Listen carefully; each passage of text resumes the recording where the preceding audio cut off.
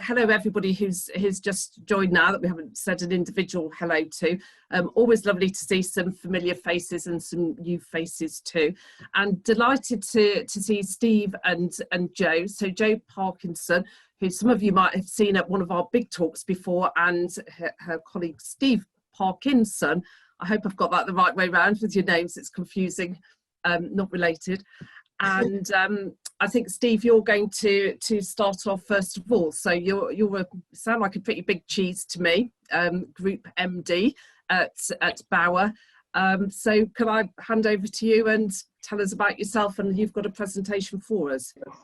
Yes, I thought because we go on Zoom, it would be good just to have a few slides to talk around. So I think Jonathan's going to bring those up. And click the buttons. I was explaining earlier, we've got to use Teams and we're not allowed to use Zoom, so we always have to use our own devices for Zoom, which always seems a bit crazy, but security is everything. So so if everybody can see that now. So interestingly, the photo that you're seeing is a picture of Mark Forrest, who's our 4 till 7 presenter on Scala Radio. Scala's our new classical service that launched last year, and he's, as you can see there, broadcasting from his farmhouse in Yorkshire Dales, which is a great example of just how agile we're having to be. Although actually he always has done his show from there, because he's also a farmer. So he actually works a working farm up there. He's got 120 sheep, and he juggles all of that with broadcasting his show from home. Of course, he was one of the few presenters who was broadcasting from elsewhere before the pandemic, but now there's still only a few people that actually come into the studios now, which we'll talk about in a second. But as Karen said, I'm Steve Parkinson. Yeah, I'm Group MD for the national radio brands, and I work very closely with my colleague Graham Bryce, who runs the local stations, which form part of the hits and greatest hits. But I'll explain how we work, because I'm aware that Bauer's got quite a scale now. So I'm going to talk to you a little bit about a few things that actually we've been briefed to talk about. One is just an overview of Bauer Radio and its brands, how it all fits together. And again, you might be aware that we recently undertook quite a number of acquisitions of UKRD Radio, Wireless Local, Celador and Links FM. So we'll explain a little bit about how those services have come into Bauer. And in fact, they've only been in for 3 weeks, even though they were acquired 18 months ago, thanks to the CMA review, which took far longer than anybody wanted. And we went straight from the CMA review into COVID. So it's quite a torrid time for the people at those stations that were acquired. So we'll talk a little bit about that. We'll talk a little bit about how Bauer has dealt with the pandemic.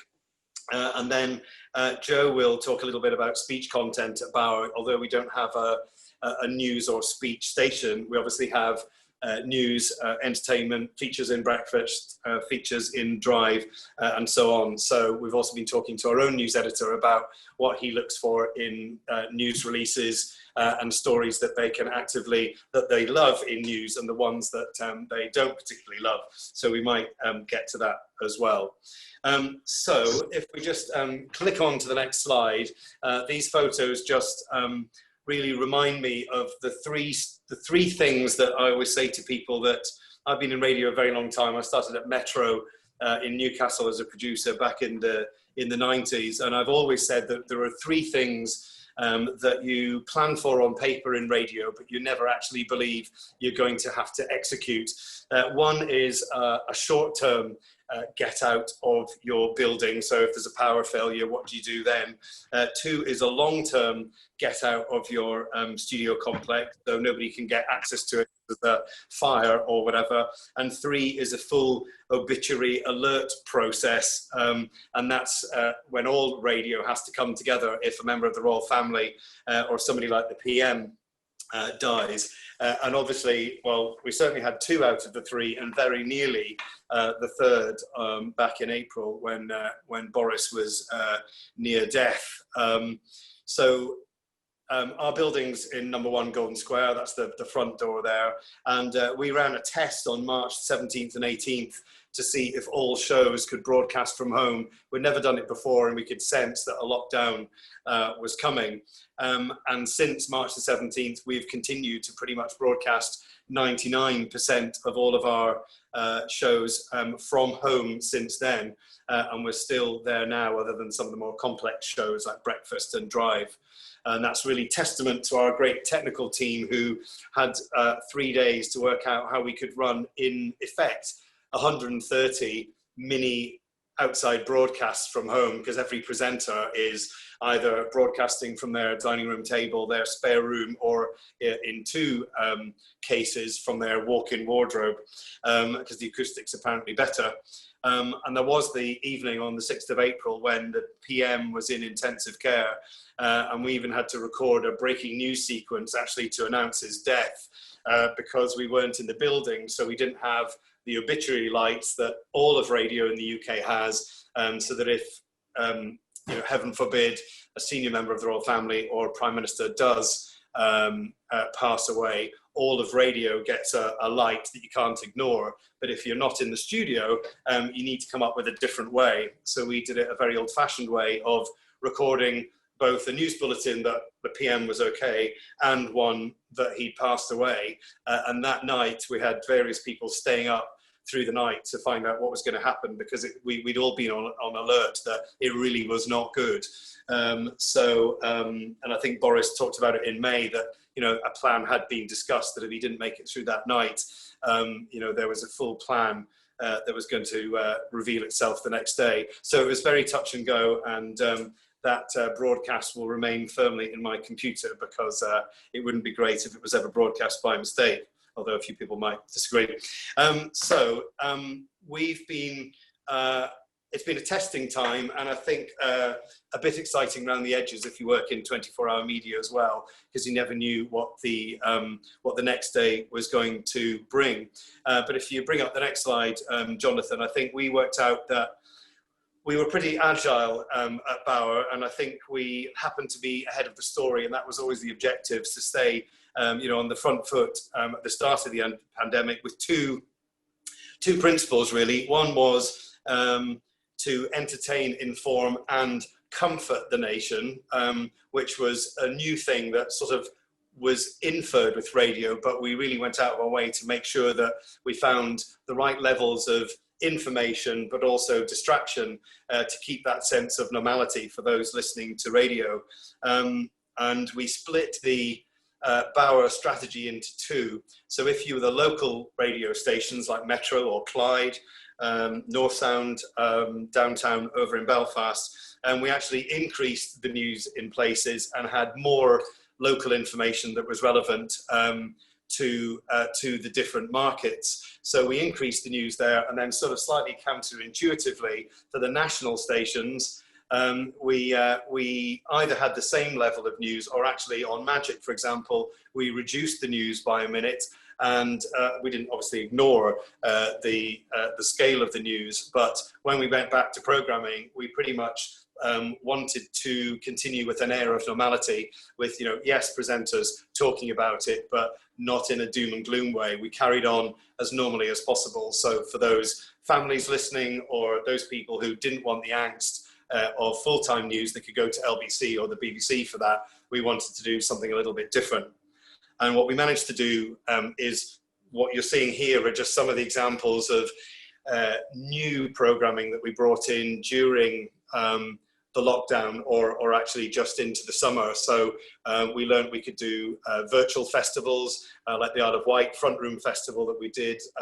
Absolute did a pop-up station with Absolute 40s on medium wave to celebrate VE Day. There was Kiss Fest for the dance fans, and Jazz and the Hits also ran pop-up festivals over different weekends. And even in August, more recently, Magic went a bit crazy and launched its 100% Christmas stream about 3 months early, which of course was for PR reasons. And there's nothing like getting Ruth and Eamon debating whether it was too early for Magic to launch its Christmas station. So I think there's 2 or 3 minutes on this morning with one person taking different sides, which was great. So it had the desired effect. So I think what it showed was, in times of pandemic, even if we're not in the radio station, we could be as creative and interesting with our editorial and start to build on the tracking that we could see from streaming, that people were listening on average 2 hours a day longer to radio. And although that's come down a bit now, it's been really interesting to see some of the trends that have happened through streaming. And I think some of them in sort of no particular order are that in terms of daytime listening, whereas perhaps people were getting up for the commute at sort of 6:30, 7 o'clock, they were getting up. So the peak was changing from sort of 7 o'clock hour to 8 o'clock and a bit later than that. So our breakfast show features have slightly gone a little bit later on some of the stations as well. So rather than the peak at 7, the peak's more at sort of 8 o'clock, even going into 9 o'clock. And some of the passion stations like Scala or Jazz FM, for example, the mid-mornings have seen their peaks as people have tried new things in terms of radio. So rather than just the generalist stations, people have really had more time to try a bit of jazz or try a bit of Scala or try Magic of the Musicals, for example, which is one of the extensions from Magic. So there's been a lot more trial and discovery, which has been quite interesting from radio as well. For those that know radios well, it's annoying but understood that obviously Radar, our audience measurement, has been stuck now in Q1 2020. So we're trading off the same numbers that we showed in Q1, which is what the industry's agreed to do, because Radar is collected by diary. It's still door-to-door recruitment, and of course people were not able to go door-to-door from the end of March. So the Radar company is hoping to have a new Radar system up and running in Q1 2021. So for now, we'll be continuing to use the Q1 numbers, which is really annoying when we've seen the streaming numbers do such great business during lockdown, but that just goes with the territory. So if we go to the next slide, I thought I would just do a quick explanation of the radio networks, I guess, so or the brands. So again, I'll go fairly quickly, but just so that you can see how it all fits together. So KISS, the Beat of the UK, that's obviously aimed at Gen Z, millennials, much more of a 15-34 audience, and editorial and news is obviously also younger in appeal and in content as well. Magic is more the parents, so Love That Song or more of the songs you love. We've got an audience that we've built around luminaries. So that's those people who are juggling so many things, from their kids to caring for their elderly parents to often juggling 2 or 3 jobs. So much more female skew for Magic, whereas Absolute, the audience is reluctant adults, as we've called them. That's people who are grown-up adults with all the responsibilities that it brings, but slightly reluctantly. So they use Absolute to live their life vicariously through us talking about music, sport, the gigs that you used to go to, the festivals that you probably like to go to in your mind, but probably in reality you don't have time. And then Hits Radio and Greatest Hits. So there are network names for our local stations that I'll explain a little bit more in a second, because that's where a lot of the acquisitions, or all of the acquisitions, have gone into. So the Hits Radio brand is largely the CHR station aimed at, actually more 20 to 50-year-olds, and then Greatest Hits, sort of 45 plus. So I'll explain a little bit more of that in a second. And then if you just click on again, Jonathan, you'll see the audience numbers come up for these stations. So again, if we've got KISS on the left-hand side, that's a younger audience. So also Heat Radio and Kerrang, obviously aimed at a younger audience as well. So KISS has 5 million listeners a week, Heat has 500,000, and Kerrang just under 500,000. Magic has 4 million listeners, and Jazz is sort of in that audience as well with 600,000. So a lot of our editorial is aimed at those pillars of Magic and Jazz, and then separately KISS, Heat and Kerrang. Absolute Radio is much more male skew, so again just under 5 million a week. And then Hits Radio and Greatest Hits as a joint brand now reach 9 million with the acquisition. So our aim was always to make the biggest network in the UK. So certainly in terms of numbers, that scale's leapt up since the acquisitions. We don't not forgetting Country Hits, which was launched last year, so just a baby with 300,000 listeners a week. And then Scala, also launched last year, is hovering around the 400,000. And again, for the news stations in town, a little bit annoying that and unfortunate that Rajar's frozen the kind of incubation process. So we'll have to come back to Scala and Jazz next year. Scala and Country Hits next year when Rajar switched back on. So going through them a little bit more, just to explain what we do with our, rather than having 20 different brands, what we started to do is build extensions from our master brand. So Kiss is our master brand. We've got Kisstory, that's a massive, it's the biggest commercial digital station in the UK now. Everybody loves a bit of the old school anthems, as well as Kiss Fresh for the newer tracks that are not sort of in the charts yet. Magic has got quite a few extensions now, Mellow Magic, Magic Chilled, Best of the Musicals as well, through Magic at the Musicals, and also a bit of soul with Magic Soul. So again, largely the editorial works across all of the network, although obviously we'll turn up any stories around musicals or the arts under Magic at the Musicals. So, sort of all quite obvious really when you look at the different names. Absolute's famous for its decades services, so using DAB and streaming. We've got all the decades from the 60s through to even the 20s now. So we've got the newest tracks as well, just to make sure that Absolute isn't seen as a decade station only. And then we've got Planet Rock sitting alongside Absolute Radio as well, all for more male audience, and again, editorial to match reluctant adults. And then again, if we go forward, you'll see that we've then started to do the same with the Hits Radio brand. So Hits Radio is made up of hits, greatest hits, and then country hits as well. So they all sit as part of the Hits master brand. And then again, we've got Scala, as I've mentioned before. So again, working forward, just to explain how it all fits together.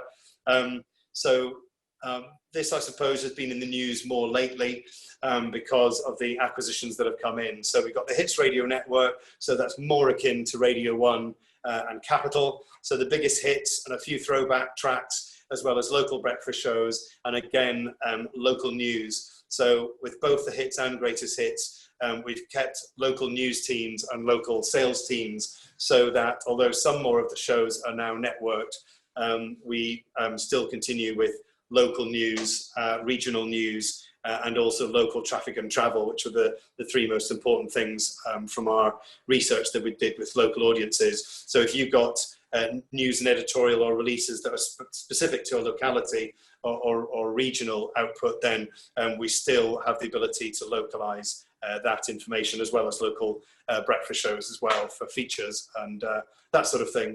Greatest Hits Radio Network is where the bulk of our acquisitions have gone, so a more classic hits service now for that network from the 70s to 90s, again with regional drive time shows and network breakfast shows, plus then country hits. So a bit more detail on that, just to bring the stations alive. So this is where we bought Links FM up in Lincolnshire, Celador Radio, with stations kind of dotted around UKRD, both in the south and the north, and then wireless local stations too. So they've now been acquired and are being integrated to those networks kind of as we speak. You know, literally it all went formal only 3 weeks ago. So we're still in the very first chapter of our integration. And again, if you move on one more slide, this just shows you also just really shows you a map. Sorry, this is really small, so don't worry about the detail. But largely, Bauer, before the acquisitions, shows a lot of our local stations were certainly more in the north, Birmingham with free radio, and then north of that. So if that was Bauer before, if you just click on again, then the coloured areas as they come up just show you now the aim of the strategy was to fill in the gaps where Bauer wasn't able to deliver locally before the acquisitions went through. So now much more of the UK. So if you're a national advertiser or have a national story to tell, then we're able to, in one email, have all of the national radio side of it covered. But you also can still go in by region and local. And Joe will talk about that in a second. So slightly complex, but it does all start to make sense. from a commercial point of view, what the agencies have been telling us was they wanted a network to sort of rival the Heart network. So again, as a rough rule of thumb, the Hits brand is doing largely what Heart was doing, growing its scale. And I guess we're now level pegging in terms of reach, but in terms of listening hours, our network's slightly bigger from Heart, which is important from a commercial point of view. But the important thing from an editorial point of view for today is making sure that we've got scale of national, but also the ability to go in with a local station if you just wanted the radio station in Bradford to have a feature on the breakfast show there. We can still be as local or as national as the stories might warrant. And again, if we just click on one more. Again, so a bit more editorial detail, just so you can see the kind of presenters that are on these stations if you're trying to get releases or news stories into, again, news or an entertainment feature or the breakfast show. So Hits Radio, again, the biggest hits of today, again, 25 to 44-year-olds. The average age of the listener right now is about 39. So sort of, again, the 30s and early 40s is the aim of Hits, whereas Greatest Hits, again, more classic hits. And again, the average age is sort of 44. So it's more sort of 40s and upwards, and you can see roughly there the gender skew. And then again, if you just go on to the next one, then and the next one again. So the Hits brand. So where shows are networked, we've got Fleur East, X Factor winner, who loves to do a rap every time she makes an appearance on the One Show, whatever. So she's having great fun with James Bauer in the morning. Gemma Atkinson is on in the daytime, and then Jordan Lee is also doing a networked entertainment show at night. So again, in the breakfast show, obviously with Hits, they'll often want to use releases, surveys, different details, and so on in that music intensive show, but certainly a lot more speech in Breakfast and Drive as well. But that kind of outlines the network presenters, and then separately the local breakfast shows as well. The good times come from Greatest Hits Radio. So again, as it says, from the classic 70s through 80s to the noughties. And then again, the presenters there. So again, Simon Mayo is probably the most famous one, doing a weekend show. He does a weekday show for us on Scala. And that was quite a coup for him to come over from Radio 2 last year. And then again, we've got some of those classic DJs from Pat Sharp, Paul Gambaccini, Mark Goodyear, Janice Long. Dawn French is the voice of the station. So some quite big names, really steeped in music heritage. So that is a very quick dance around our stations. I'm going to introduce you to Jo Parkerson in a second, who's our entertainment and lifestyle editor and runs the Entertainment Hub. And she's going to talk to you more about news, speech and entertainment. But I thought we'll just take a bit of a break for 2 minutes and just play a video of what the Entertainment Hub is about and some of the thing it got up to before the pandemic. We've been a little bit more restricted, but here's what we get up to in the Entertainment Hub. So, I mean, that really shows you, Jennifer Lawrence is up there at the moment and just shows you, some of the fun that we got up to there. But I'll ask Jo now to pick up the story from a news, speech and entertainment point of view. Yeah, so that was a sizzle reel to kind of show you in colour, which is the best way, and video, which is a huge content format for us now, what the Entertainment Hub do. So as Steve said, I'm the Ents and Lifestyle Content Director, and I run a very small, compact team of highly skilled content producers, reporters and talent bookers. We sit at the heart of Bauer, and we provide an entertainment content and guest booking service for all of our brands. So we're really well connected to all our radio brands and also all of our key magazine brands. So I wouldn't say every single magazine brand, because we've got a lot of magazines, but the big heritage titles that you would imagine that deal with entertainment. So Grazia, Closer, Empire, Heat.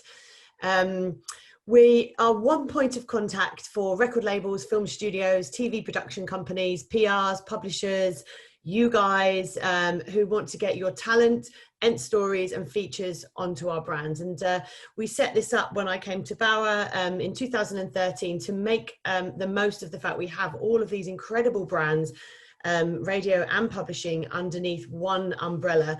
And before, I think Bauer was a bit known for being maybe more of a siloed business, where the brands work very much in silo and sort of not registering each other and, you know, using strength in numbers. But we started to change that, as I said, back in 2013, and I think we're in a really, really good place with that now. So the ENTS Hub has 3 real key objectives. The first one, as I've talked about, is talent booking. So we offer this one-stop shop. It's a place where you can bring your talent for multi-brand schedules featuring as many of our flagship shows and titles as relevant to the talent and what they're promoting. So if you are working with celebrity talent, I would say that ENTS Hub is your best point of call, and the email was on screen, and we can give it to you again later. And that's the email that comes into myself and my team. Because we're a commercial radio network, I work very, very closely with our advertising teams. So if you were to come to me and my team with the offer of celebrity that's promoting your brand, we will check with the ad teams to see whether there's already a commercial campaign in place with that brand. As Steve said, you know, we work really closely with Green Flag Direct Line, so we may already be doing some great content with your brand that we can use that talent to amplify. If not, then we'll probably maybe have a conversation about whether there is any budget around this campaign that you're working on with the celeb, or whether, because we work with a brand like Direct Line so closely, we would do this as an added value proposition. But, you know, we are always aware that you know, we don't want sort of PR and celebrity offers to conflict with revenue opportunities. And I think this was something I mentioned back in the big talk earlier on in the year.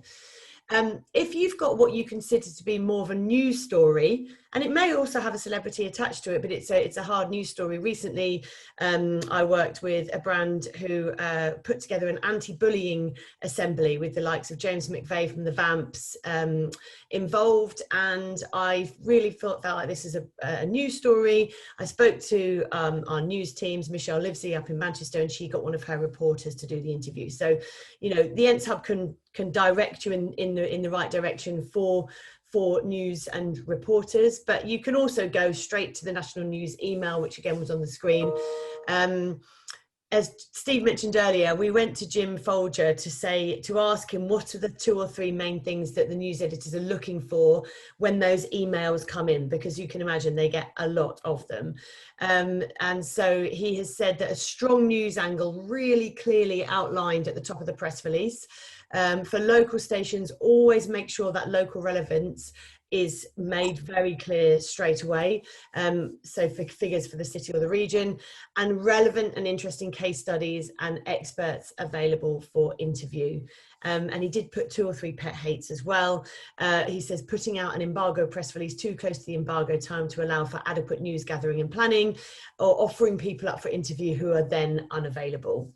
I would say that's probably one for us as well, because it's you know, we often get, you know, we're doing this thing with and Rihanna's attached to it, and actually, can we talk to Rihanna? No, absolutely not. Have you got any content from Rihanna? No, we don't. So I think it's, you know, if you are working with those celebrities, you need to try and get them to earn their money and give you decent access to them.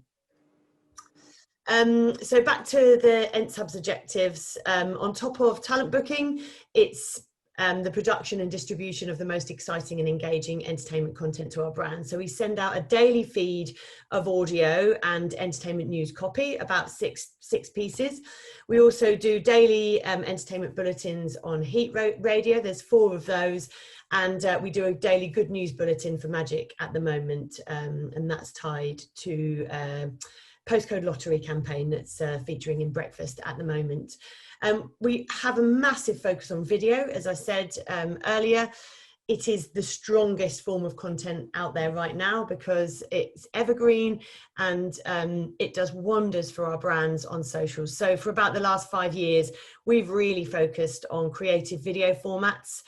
So rather than doing straightforward interviews with celebrities, we've come up with a variety of returnable formats that have become famous in their own right. If you are on our brand socials, you may recognize some of these. So we have one called Answers the Internet. That's probably our most successful, biggest format. So that's where we get a celebrity and we give them a box full of tweets and memes that people have put on social media about them that they never expected them to see, let alone answer. So it's those crazy rhetorical questions that people at home on Twitter will put out, and it's all very positive. It's nothing negative.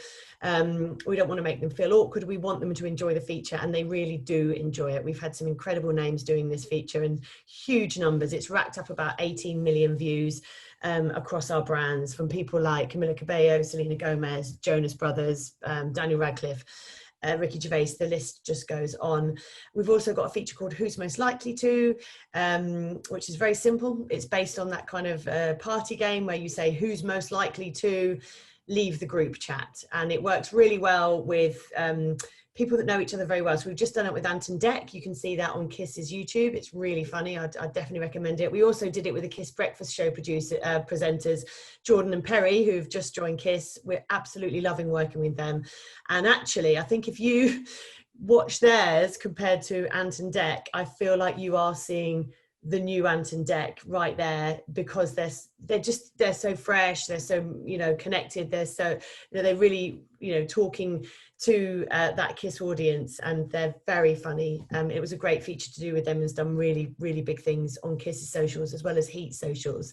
There are so many of these features, so I'm not going to go into them all, but we design them around those touch points. We want to connect with our audience, we want to resonate, so we want to make them laugh, we want to make them sometimes shout, no, that's not right. We want to relate to them, so you know, nostalgia is a great one. My Teenage Self is a feature that really taps into those nostalgic elements that make you remember your teenage years, and we ask celebrities to remember their teenage years, and we often get stories that you would never get them talking about if in a straightforward interview or any other feature. And the reason why we've focused so much on this exciting digital content is because we're all about engagement and the marketing of our brands from this content. So over the past 2 years, we've actually grown digital reach across overall across our brands by about 25%, with some really big success stories on Heat. Watch time and views up by 250%, engagement up by 633%. Grazie is a brand that we've just really started to focus on this year, and views and watch time up by 130%. Actually, no, views up by 130 and watch time up by 187, which is really great, because that means some people are really connecting with the brand. And revenue, importantly, up by 145%. So really happy to see that. We've done some great stuff with Hits Radio as well, and their video reach is up by 25% through our content. And we created the most commented on piece in two years with a One Direction Which Moment Are You feature that my talent booker and content producer Carmela came up with. So we're always brainstorming creative ideas, always talking about, you know, what is it, what can we do next, what can we do next. So, you know, if you have any ideas when you're working with talent, you think, well, actually that might work for one of your existing features, please do suggest it, or, you know, feel free to suggest creative ideas as well. I'd say that the commercial value of the Entertainment Hub has grown significantly over the last 3 years. As I said, I work really closely with our commercial teams in the same way as they would work with our program directors and magazine editors. They come to me for that insight and the nuance and the cultural impact that they can add to campaigns with our kind of editorial views and also our access to talent. And one point of access to talent makes it really easier for them, and the valuable celebrity content that we've got makes us really easy to work with. And it's now become integral to getting a lot of pitches over the line. We've had loads of success in the past with 3, Sky Cinema, Now TV, Talk. I'd say probably our biggest success story is our partnership with Voxy and our Love Island spin-off show Under the Duvet. So this was something that we decided to do a couple of years ago when we realised the popularity of Love Island, and we knew that Heat was, you know, Love Island was huge for Heat, a massive traffic driver. And we really wanted to create this appointment to watch YouTube show. So almost treating YouTube like a TV channel, which is, you know, how the kids watch it. My kids rarely watch TV anymore. They'll watch streamed TV, but they'll watch YouTube like it's TV. So we created this show called Under the Duvet. It's filmed every Thursday, broadcast every Thursday evening whilst Love Island's on. And we would get access to, first of all, old Love Islanders before the new Love Islanders started coming out of the show.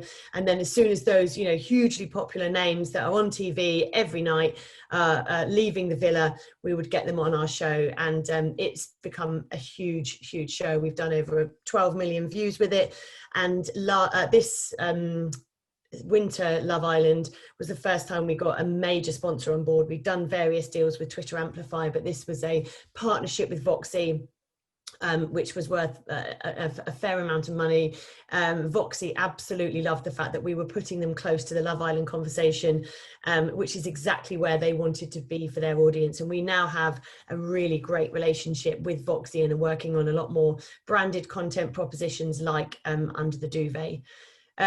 We also work really closely with our film team. So we started this about 5 years ago, the idea that you bring talent access and commercial and publicity all together and join it up so that the talent access is amplifying the commercial campaigns.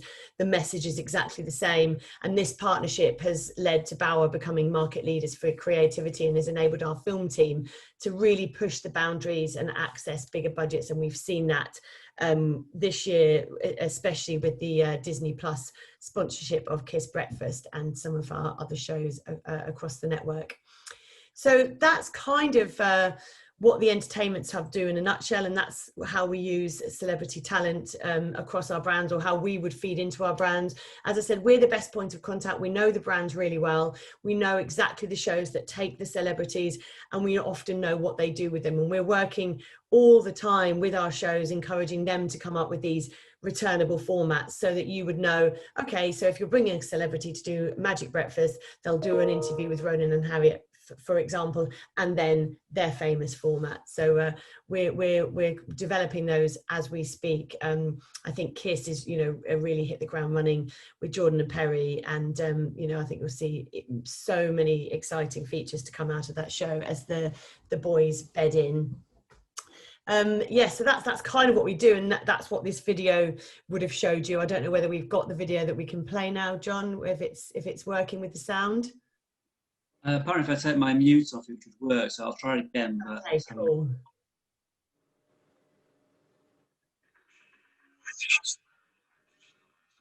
No. Don't worry. I think people have got the send it round. Okay. There was some good background wallpaper shots whilst Joe was talking.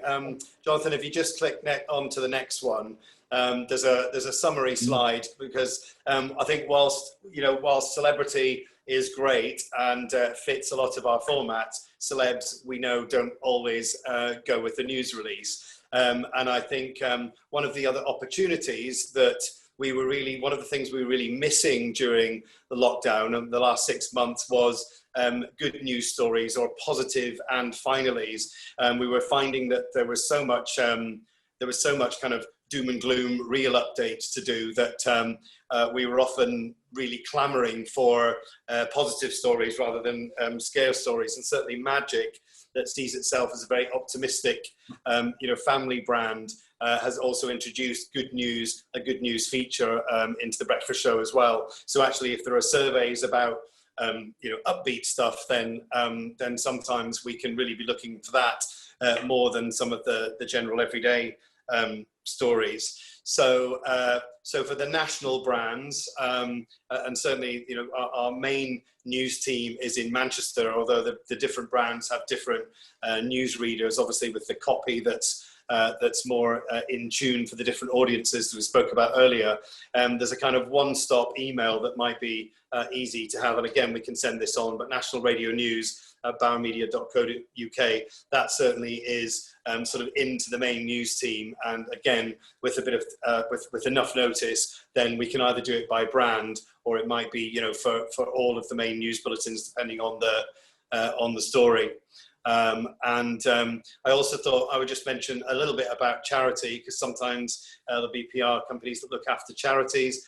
Again, I think if the news editor, Jim Folger, was saying that they can get between 80 and 160 press releases a week, asking for different coverage, then, there's quite a percentage that can be for charities. Now, in terms of charities that we already support, then all of the radio stations, but particularly the local ones, support Cash for Kids, which is fundraising for children-related charities in the local area. So if the money's raised in Hull, it goes to Hull, and that's a great local up initiative. The national stations, particularly KISS, supports the Prince's Trust. We've got an overall mental health support for a campaign called Where's Your Head At, where we'll bring in different mental health charities. There's Walk the Walk, there's the cancer charity, then there's also Shelter and Teenage Cancer Trust. So they're charities that we already support, but again, depending on the different story, then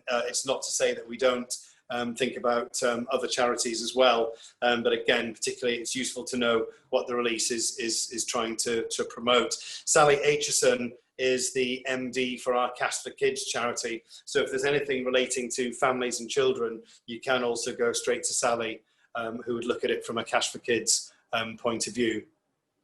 So I think, Joe, that's probably a dance through various parts of the Bauer output. So I just thought it would be important for us to maybe shut up for the last 12, 13 minutes and see if you have any questions. If there's anybody still there. No, there's loads of people. I can only see 4 or 5, so perhaps just to invite our guests to just go for it, please, if anyone's got a question. Sure, and if Jonathan, if you wanted to unshare, then we can also... I can see more, yes. Lovely, thank you. Thank you for operating that with no notice. I'd love to dive in with a question, actually.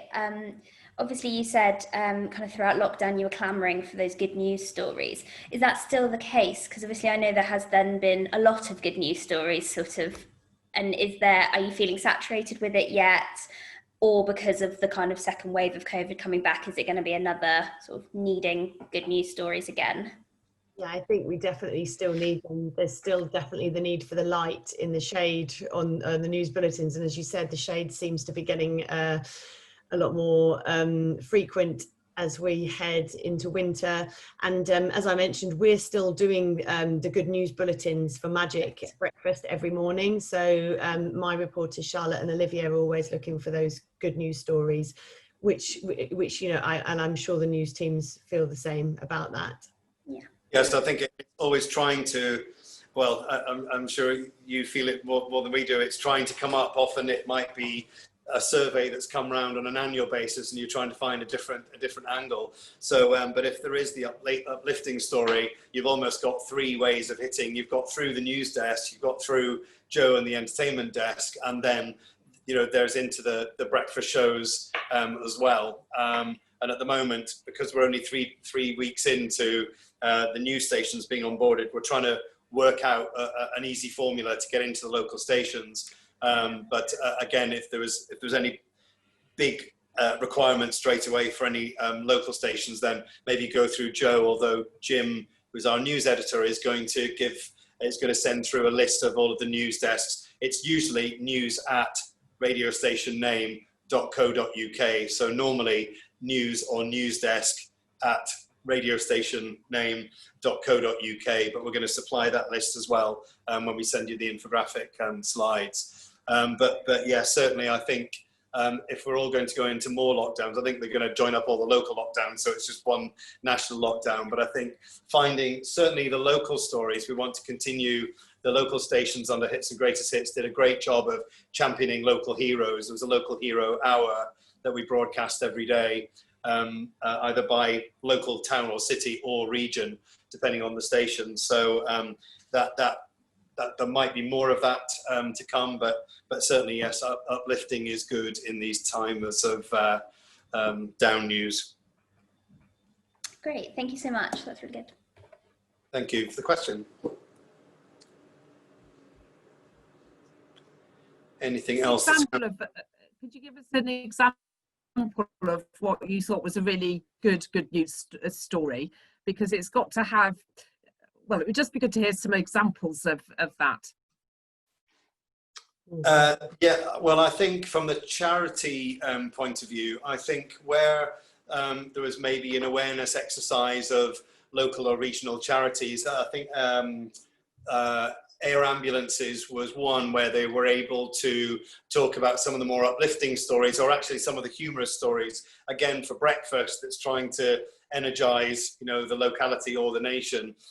They are also looking for the fun stories and again the optimistic side of life. So for a charity, you can still get over the difficult story of what that charity is fundamentally there to do, but you can also talk about some of the good news stories that that come out of it. I did ask the news editor this morning for examples, and he's had to go out. He's had to go off and do something. I think it's the ones that are particularly local and topical and relevant, rather than the ones that might be trying every month to get the same story through.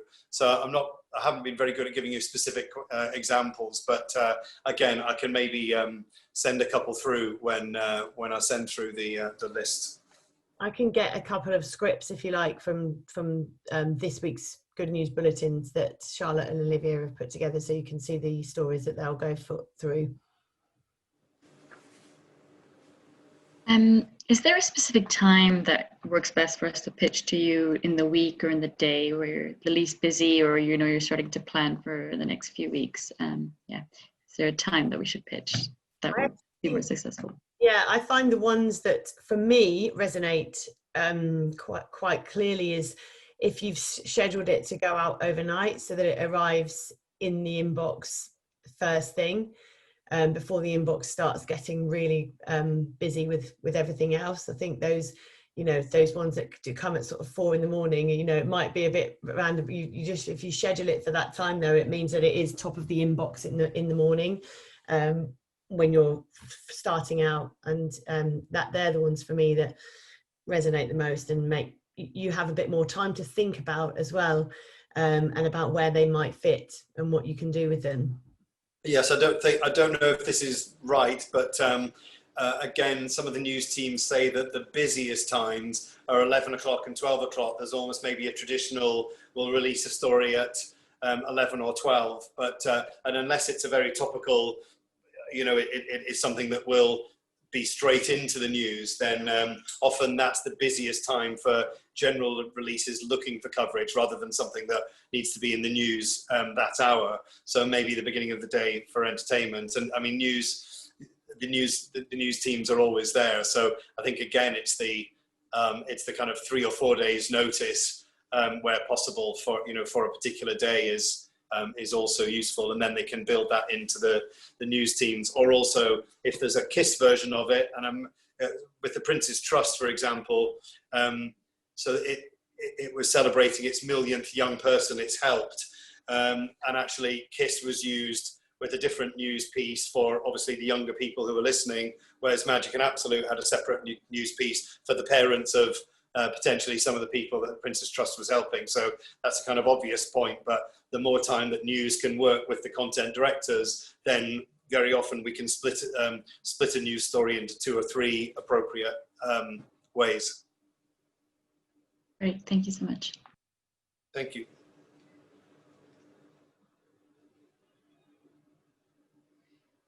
Another one, if it's all right. What's the sort of general rule for branding for you these days? Because the frustrating thing for quite often from a PR point of view is work and effort goes into and money goes into coming up with a PR campaign, and then it gets some lovely publicity, and then the brand isn't mentioned at all. So what's your sort of ruling, would you say? We normally say one mention. And that's whether that's in copy or a byline or whether it's on air. We'll do one clear mention is what we would commit to, and certainly myself and my booker Carmela will work closely with our brands. If we're booking a celebrity that's tied to a brand, we make sure that the presenters and the producers and anyone else doing the interviews are aware that they need to put that 1 credit in, because we understand it's in, you know, it's really important for you to have that if you've you know, spent money on working with that celebrity. We're happy with that. Yeah, and it's probably harder in news when a news bulletin is often 2 minutes long to get anything more in. I think actually the smarter way in is to try, if you've got a story that Dave Berry on Absolute or the breakfast shows can talk about, then sometimes, you know, breakfast presenters get quite excited if there's a great survey that, again, Direct Line's done, showing that you know, X% of people are doing, you know, something different, or again, you know, there's a survey during the pandemic or whatever. The other thing we have to be slightly careful of, I've mentioned Direct Line partly because I know Claire's on from Direct Line corporately, but if Direct Line, who do work commercially quite a lot with our stations, that if they're sponsoring a breakfast show or have a big commercial deal in place, we have to make sure that a competitor isn't using a sneaky backdoor way in to try and get the breakfast show talking about a competitor when Direct Line has sort of paid to be there. So we do have to have like half an eye on that, but I'm not sure that we have any set rules. I think we try and do it on, you know, the editorial standout of the story itself. Question for me, is it all about the music, or are you also focusing on speech and inclined to speak to guests on a variety of topics? Because it does feel very music, but your thoughts? I would say that our stations are, you know, there is definitely, it's about the music over speech. As Steve says, we don't have talk radio stations, but I think that's where our socials come into play, because you can do a chat, and maybe a snippet and a segment of that chat will be the thing that ends up on air, but then it lives longer on socials in a more of a long form video or feature. So I think that's what we, you know, even with guests, so an actor promoting their film, they may only have about a minute of that person on breakfast, but then you'll see then on Instagram, IGTV, Facebook, YouTube, Twitter, you'll see that we make that content work as hard as we possibly can using the video.